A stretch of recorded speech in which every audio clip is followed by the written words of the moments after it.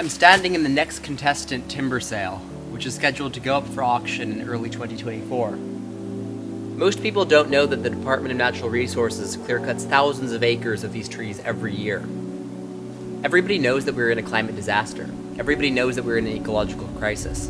And everybody knows that old forests are vital to supporting biodiversity and sequestering carbon. The timber industry is spreading a lie that logging these trees sequesters carbon. But that's ridiculous. When you cut down a forest like this, 60% of the carbon stored in the tree's branches, in the soils, in the stuff that doesn't get used for wood products, gets burned the very next year. The timber industry likes to say that because they turn these trees into manufactured wood products, that the carbon will be sequestered. However, that's the best case scenario. Much of the wood from these forests are used for disposable products that release their carbon back into the atmosphere. So when you clear-cut an area like this and replant it with a plantation forest, the timber industry likes to claim that that will be sequestering more and more carbon. But the reality is that a young plantation forest will be emitting more carbon than it sequesters for the first several decades.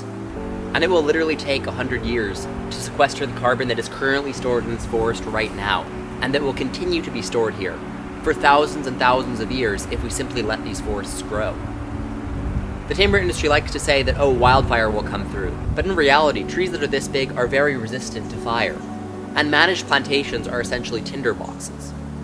One of the most bitter ironies about the logging of these public lands is that much of the funding goes towards education. So the Department of Natural Resources will justify logging trees like this, that store tons and tons of carbon and are over 100 years old, by saying we need to invest in our kids' future.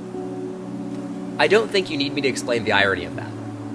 These trees are an investment in our kids' future. They are Washington State's natural heritage, and if we just leave them standing, they will be strongholds of biodiversity. These forests are the next generation of old growth.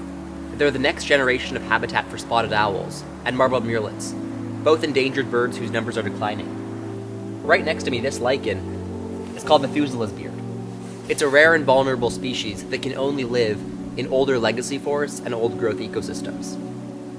The legacy forests on DNR-managed land store literally millions of tons of carbon. They're strongholds of biodiversity and are often the oldest forests on the landscape. So it's a no-brainer that these forests are worth more standing. They're worth more for the climate. They're worth more for biodiversity. They're worth more for communities who can recreate in these forests. And to me, that's a much better investment in our kids' future.